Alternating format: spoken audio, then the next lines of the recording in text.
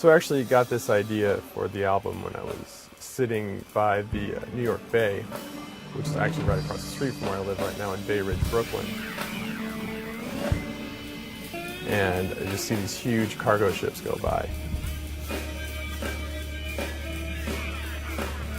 So I thought about how the river transfers this culture around in a very similar way you get in St. Louis. You know, the waterways would carry all this different culture, and it created what I actually grew up in.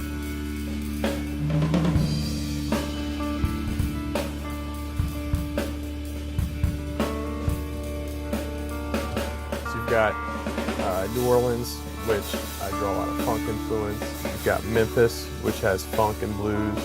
St. Louis, which has a lot of jazz and blues influence. Kansas City, which was sort of swing.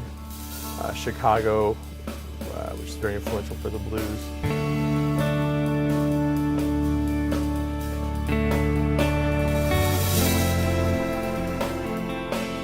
I imagined all these influences like countless rivers merging together before emptying into the ocean.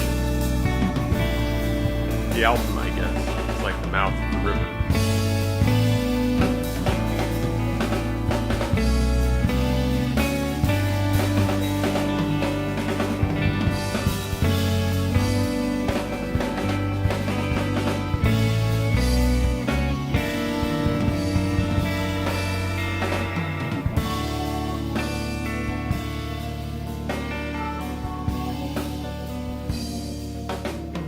Tributary starts out rather sparse with just the drums.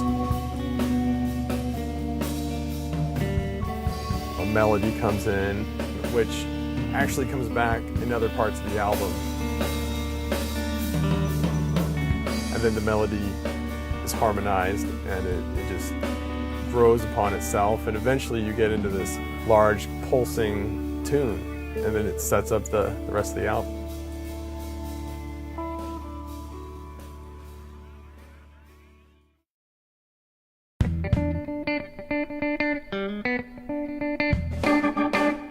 My name is Cameron Mizell. My band is made up of Brad Whiteley on keyboards and Kenneth Salters on drums.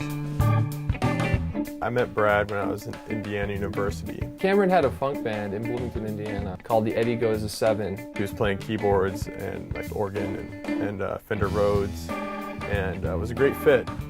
We became pretty close to him. We recorded his first album. He's also great at playing the bass lines in his left hand, and as an organist he's also able to use the foot pedals when you've got them. Actually, he used to play with bass players, and then I showed up and I started bringing it back to an organ trio. Kenneth is a drummer that I met through Brad, actually. This is my first Cam Mizell album. I've been playing with him for a little over a year now, maybe a year and a half. Kenneth is just a great musician as well, so anything I throw at him he can really nail. Brad worked with him in a few other bands. They play off each other well, they lock in well, and that makes things easy for me, kind of playing on top of all of that, to have a sort of this rhythm section of just two people.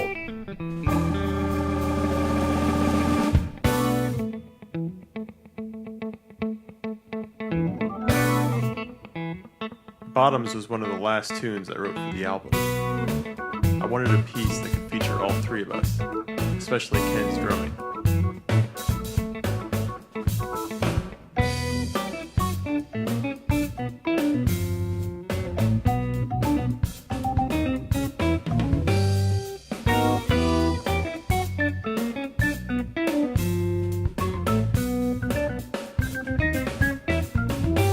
The tune is named after an area in St. Louis, near the Missouri River. There's a stretch of long, flat floodplains. I was a distance runner in high school, and when we'd go down to the bottoms, we could really stretch out and pick up the pace. That's kind of how I felt about this tune after I wrote it. It's a good vehicle for improvisation.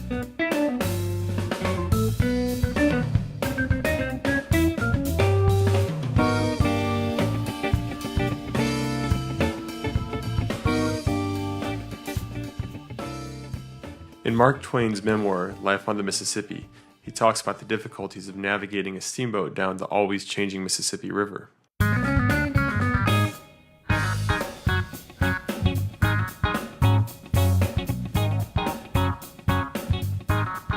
The tune, it's got a few sections that are kind of turbulent and kind of dirty. It's got a few sections that are kind of laid back.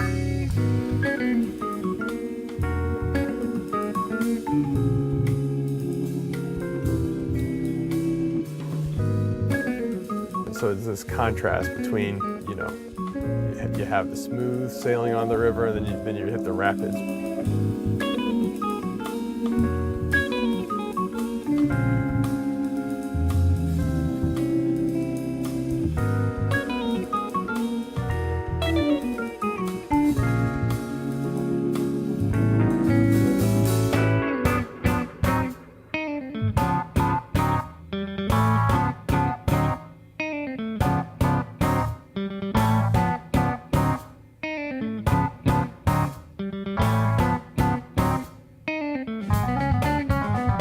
A mud clerk was basically an errand boy on a steamboat. It's the guy that gets his, you know, hands dirty. Mississippi Mud Clerk, the tune, you know, it's all over the place, kind of like somebody who's got to do a little bit of everything.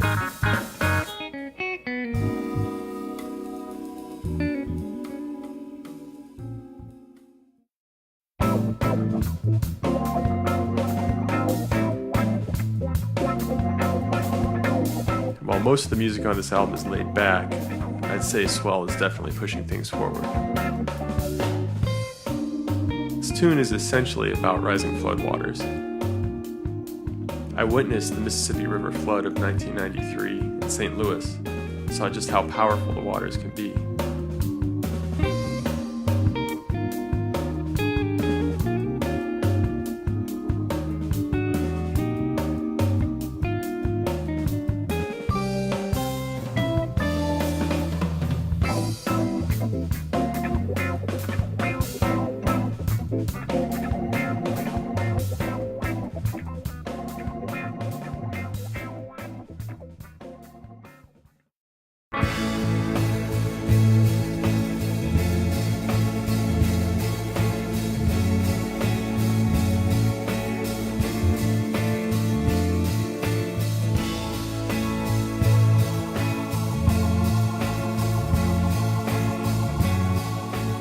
The Return is a culmination of melodic material from throughout the album.